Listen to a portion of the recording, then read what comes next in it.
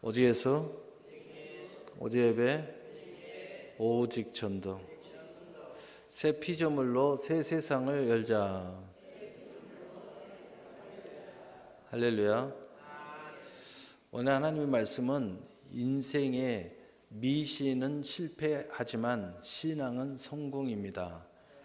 우리 인생에 있어서 미신은 실패하지만 신앙은 성공합니다 라는 제목을 가지고 하나님의 말씀을 증거하도록 하겠습니다. 여기서 미신이라는 뜻은 하나님을 섬기지 않고 다른 신을 섬기는 모든 종교적인 행위를 말하는 것입니다. 물론 여기에서 하나님의 이름을 부르지만 온전히 하나님을 경외하지 않고 하나님을 바라는 신앙생활에서 멀어져 있는 사람들까지 포함되어 있습니다. 이들을 위해서 마귀는 온갖 이교도와 또 이단과 사이비를 우리 앞에 펼쳐 놓았습니다. 그래서 미신적인 신앙을 가진 사람들은 이곳에 빠지도록 되어 있습니다. 그래서 결국은 마귀와 함께 지옥에서 만나게 되는 것입니다. 그러나 신앙이라는 것은 바로 하나님을 온전히 경외하고 그리고 그의 은혜 또 그의 은총 속에서 믿음의 선물을 받음으로써 하나님을 바로 하나님으로 경외할 줄 아는 사람, 다시 말해 천지만물을 창조하시고 경영하시며 무소부지하시고 또 시작과 나중이시며 우리의 모든 생사복을 주관하시는 하나님, 그 하나님이 우리를 지극히 사랑하사 독생자를 이 땅에서 보내셨고 그 독생자가 우리의 모든 죄와 사망의 법을 철폐하고 그 가운데 우리를 해방하고 그 가운데서 우리를 정죄함을 없도록 하기 위해서 십자가에 몸짓고 피 흘리심으로 죽은 지 3일 만에 부활하셨다는 그 사실을 믿음으로써 우리가 하나님을 온전히 경외하는 사람, 바로 그 사람을 신앙인이다 라고 말하는 것입니다. 그래서 오늘은 우리가 말씀의 은혜를 나누어야 할 말씀은 우리가 여호와의 이름을 부르지만 하나님의 이름을 부르지만 예수 이름으로 기도는 하지만 교회는 나오지만 우리가 온전히 하나님을 제대로 섬기지 않는 미신의 신앙과 온전히 하나님을 경외하는 바로 올바른 신앙을 구별하고 우리가 하나님이 기뻐하는 신앙을 가짐으로써 참된 축복의 사람, 참된 영생의 사람, 참된 복의 근원의 사람이 되고자 해보자 이 말입니다. 그러므로 첫 번째, 미신은 실패합니다. 왜 미신은 실패할 수밖에 없냐면 미신은 온전한 하나님을 경외하는 모습이 아닙니다. 그렇기 때문에 하나님과 원수가 된다는 것입니다. 하나님과 원수가 되는데 그의 종교생활이 성공할 리가 없습니다. 그리고 미신은 결국은 하나님의 중심이 아니고 자기의 중심이기 때문에 하나님을 대적하도록 결말이 나게 되어 있습니다. 그래서 하나님을 대적하는 자를 하나님이 용서할 리가 없습니다. 그리고 결국은 자기의 뜻을 내세우도록 되어 있기 때문에 하나님의 뜻에 불순종하게 되어 있습니다. 그래서 불순종의 역사하는 영을 따라갈 수밖에 없습니다. 그리고 항상 자기의 뜻을 앞세우고 주장하기 때문에 하나님의 뜻을 버리게 되어 있습니다. 그러므로 미신은 반드시 실패할 수밖에 없는 것입니다. 이런 사람은 하나님을 경외하는 대상이 아니라 자신만을 위하여 존재하는 그저 하나님을 도구의 신 정도로 생각하며 이런 사람들이 바로 복을 구하는 바로 그것을 구복신앙이라고 말하는 것입니다. 그래서 미신은 겉으로는 하나님의 이름을 부르지만 항상 하나님을 종처럼 부리려 하는 것입니다. 그래서 결국 하나님을 진노하게 할 수밖에 없는 것입니다. 그래서 이런 사람들의 모형을 로마서 8장 6절에서 8절은 이렇게 말합니다. 육신의 생각은 사망이, 영의 생각은 생명과 평안이니라. 육신의 생각은 하나님과 원수가 되나니 이는 하나님의 법에 굴복하지 아니할 뿐 아니라 할 수도 없습니다.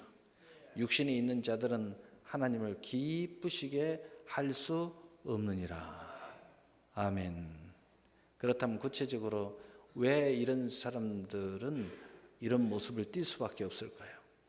바로 미신은 결국은 바로 우상이 항상 존재하기 때문입니다. 그의 신앙생활에는, 그의 종교생활에는 항상 우상이 있어요. 그러니까 하나님의 우선이 아니라는 것입니다. 그래서 이 우상 때문에 결국은 그는 실패할 수밖에 없습니다. 왜냐, 하나님은 다른 신을 섬기거나 또는 우상을 섬기는 자를 하나님께서 축복하지 않기 때문이에요. 그래서 우상이 다른 신이 되고 또 탐심이 우상 숭배가 되는 것입니다.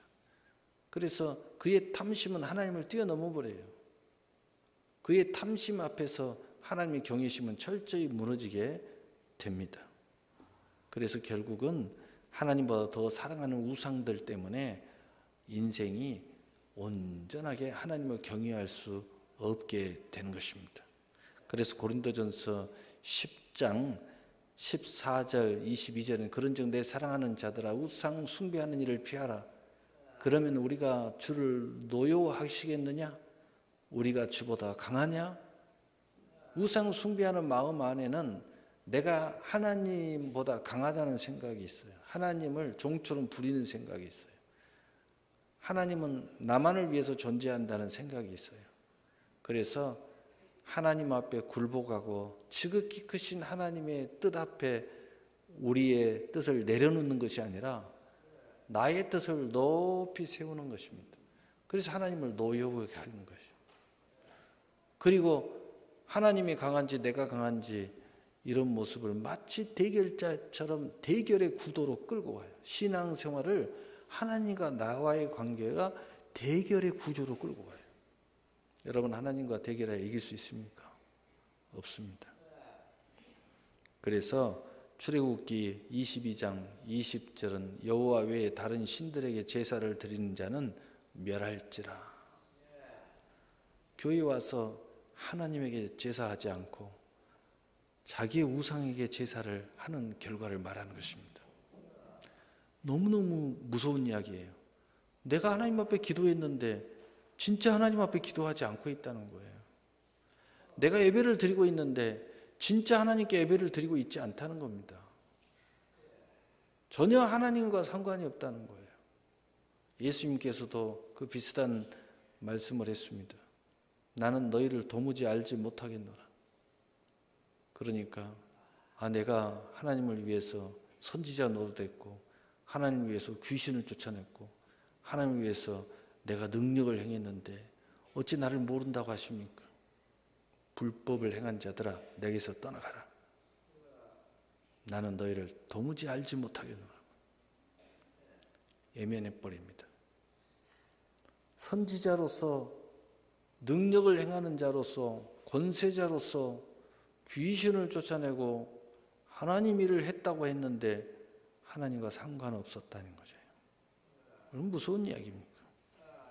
두 번째로는 자기의 의 때문에 미신에 빠져버릴 수 있다는 것입니다. 자기의 의, 자기의 생각이 항상 옳은 거예요.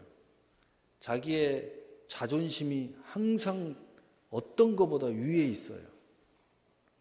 자기의 존귀함이 어떤 것보다 더 위에 있어요. 이런 사람 마음 상하면요 교회 안 나옵니다. 부딪히면은요 그 어떤 거다 용납을 못해요. 자기의 때문에 결국은 자기의 세상을 펼치게 되었고 자기의 욕심으로 모든 걸 채우게 됐어요. 하나님의 세상에 와서 자기의 세상을 만들어버려요.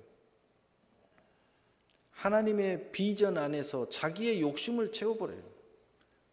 성령의 충만함과 은혜 안에서 자기의 정욕으로 가득 채워버립니다. 그래서 여러분 성령 사역 현장에 딱 가보면요 다 정욕을 채우는 사람들로 가득 차 있습니다. 그래서 제가 성령 사역하다가 성령 사역을 그만뒀어요.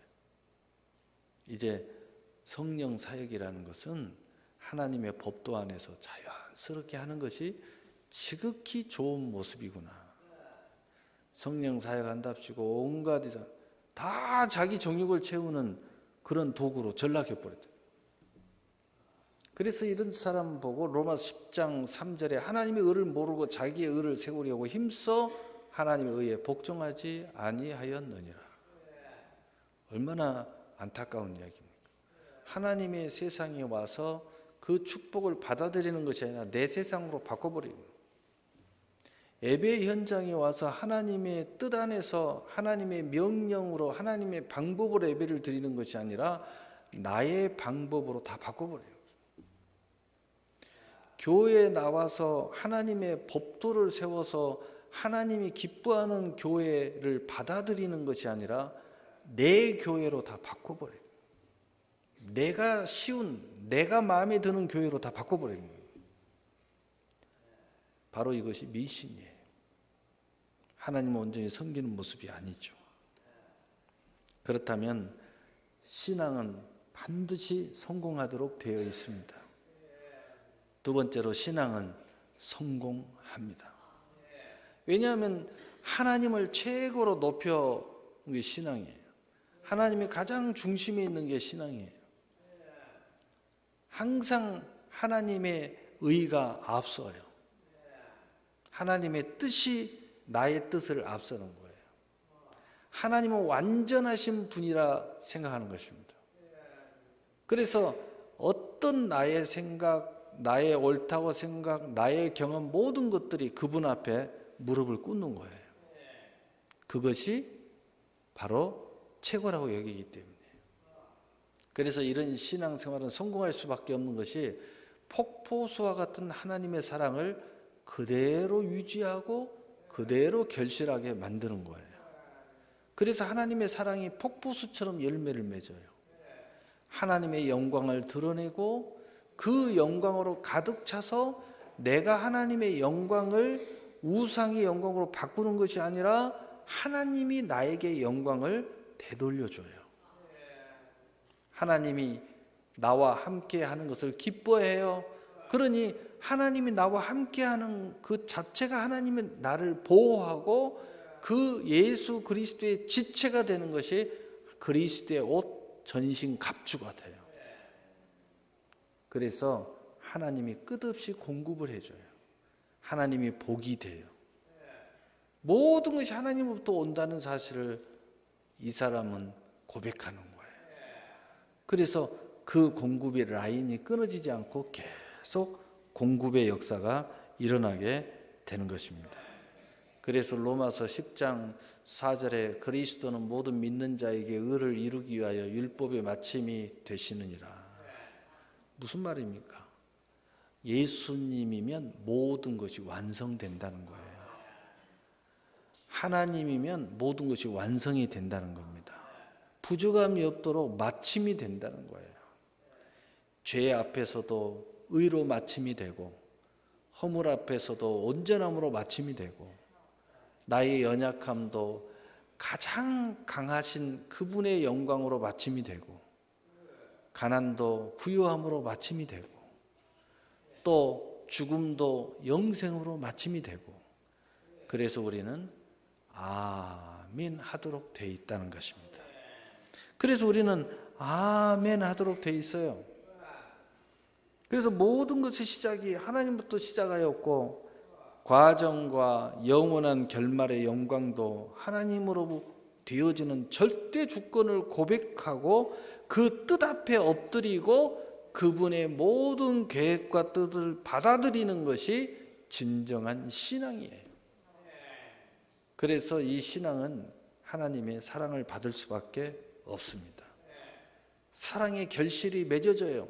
하나님의 계획한 대로 그대로 열매가 맺어져요. 왜? 거침이 없이 하나님의 모든 것이 그대로 들어와서 그대로 하나님의 계획대로 이루어지니까.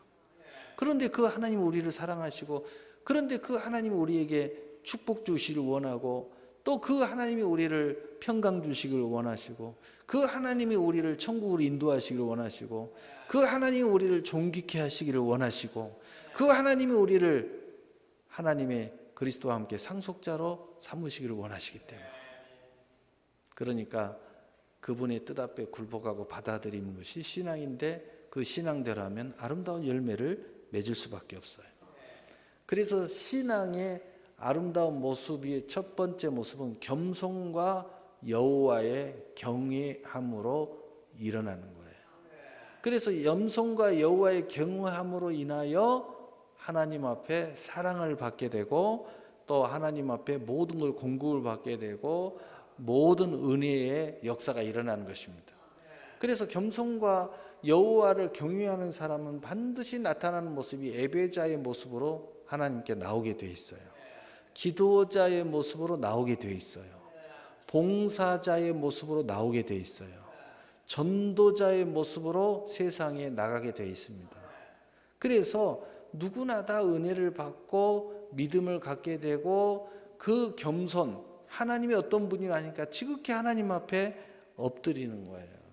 그리고 하나님을 경외하는 사람은 하나님께서 마지막 큰 위치와 직임과 사명을 맡기니까 그걸 위해서 힘쓰는 모습이 있게 된다는 겁니다. 그러니까 이런 모습 속에 하나님은 사랑의 결실, 공급의 결실, 은혜의 결실, 하나님의 놀라운 계획의 결실, 쓰임에 따라 사마리아 땅끝까지 이르는 결실, 수많은 결실이 있으니까 결국은 재물과 영광과 생명이 차고 넘쳐나게 되는 것입니다. 그래서 잠언 22장 4절에 겸손과 여호와를 경외함의 보상은 재물과 영광과 생명이니라 라고 말씀하고 있는 것입니다.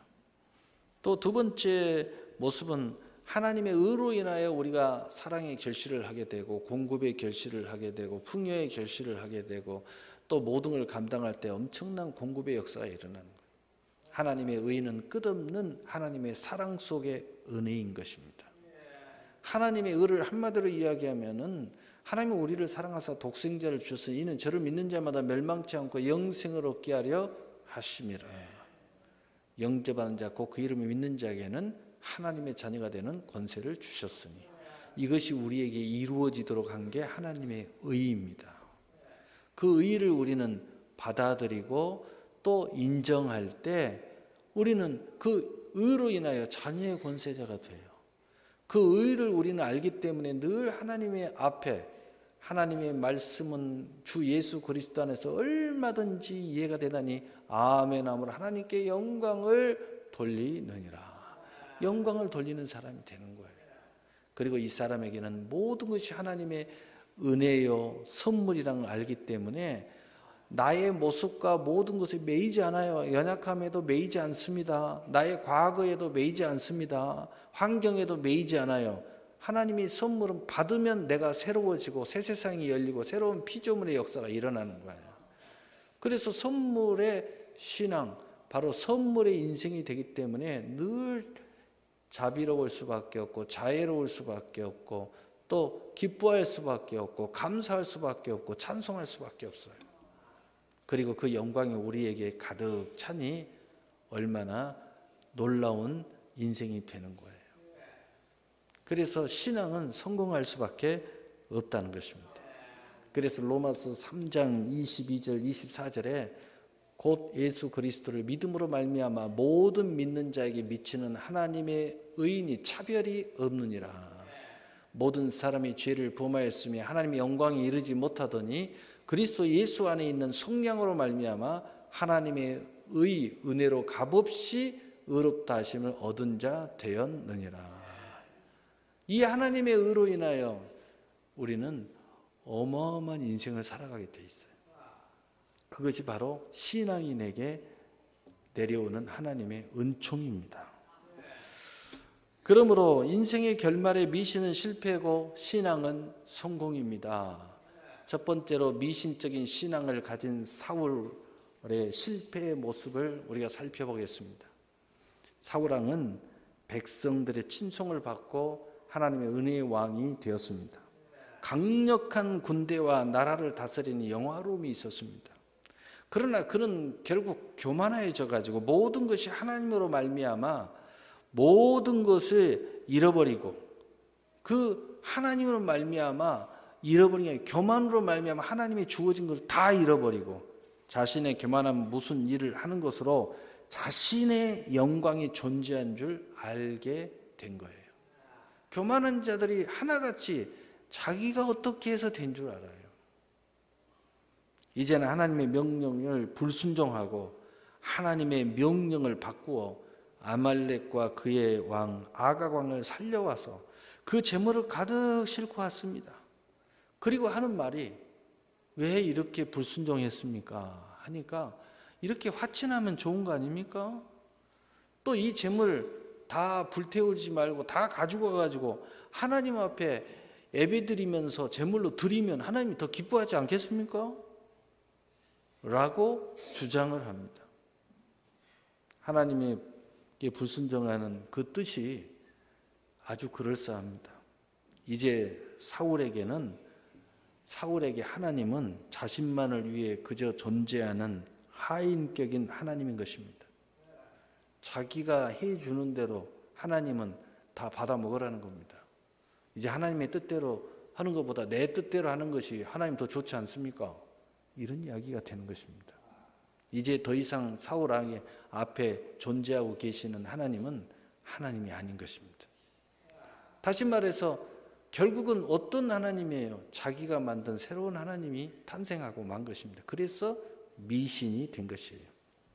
그래서 사무엘상 15장 21절 23절에 다만 백성이 그 마땅히 멸할 것 중에 가장 좋은 곳으로 길갈에서 당신의 하나님 여호와께 제사하려고 양과 소를 끌어왔나이다 하는지라. 사무엘이 이르되 여호와께서 번제와 다른 제사를 그의 목소리를 청종하는 것을 좋아하심 같이 좋아하시겠나이까.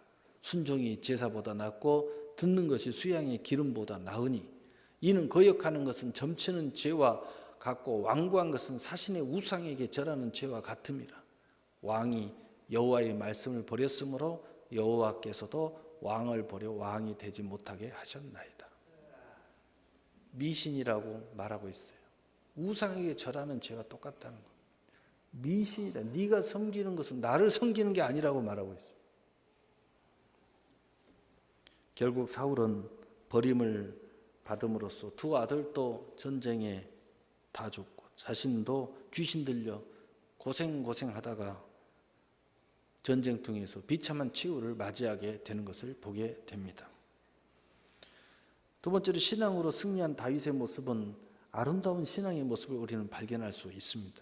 다윗은 하나님의 은혜로 왕이 되어가는 과정 중에서도 신앙이 무엇인지 우리에게 보여줍니다. 사울왕이 자기를 죽이려고 했는데 어찌 하다가 사울왕을 죽일 기회가 왔습니다. 그런데 그 사울왕이 자기의 군사들과 잠을 자고 있는데 몰래 가서 사울왕까지 가서 사울왕의 옷에 조각을 잘라가지고 그냥 옵니다. 그러면서 그 다윗 친복들이 이 기회에 죽이자고 해도 다윗은 절대 그럴 수 없답니다. 왜냐? 이 사울왕이 나를 죽이려고 하는 것은 사실이지만 이 사울왕을 기름 부은 분은 하나님이기 때문에 내가 절대로 손대면 안 된다는 거예요. 사울왕이 대단한 것이 아니라 하나님이 왕으로 세운 사람이기 때문에 나는 손 안 대겠다는 겁니다. 죽이든지 살리든지 하나님이 하시라는 겁니다. 바로 이런 모습의 절정의 모습이 다윗의 신앙이에요. 이게 바로 신앙이라는 겁니다. 어떤 상황이 돼도 하나님을 높이는 거예요. 하나님을 인정하는 거예요. 사울왕을 인정하는 게 아니에요. 하나님을 인정하는 겁니다.